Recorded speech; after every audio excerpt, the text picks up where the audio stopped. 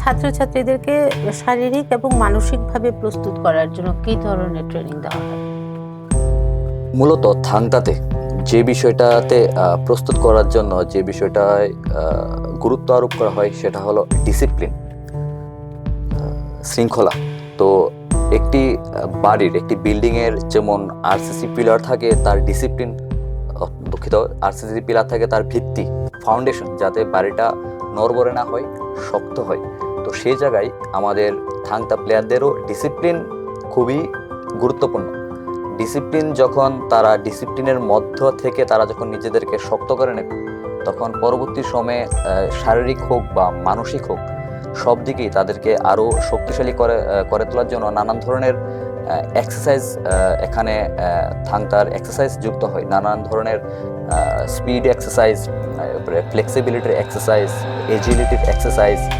তো সব মিলিয়ে এইভাবে তাদেরকে গড়ে তোলা হয় যাতে তারা খেলার ক্ষেত্রে হোক বা দৈনন্দিন জীবনের ক্ষেত্রে হোক বা দৈনন্দিন যে জীবনযাপন করছে সার্বিকভাবে, যাতে তারা মানসিক এবং শারীরিকভাবে শক্তিশালী থাকে।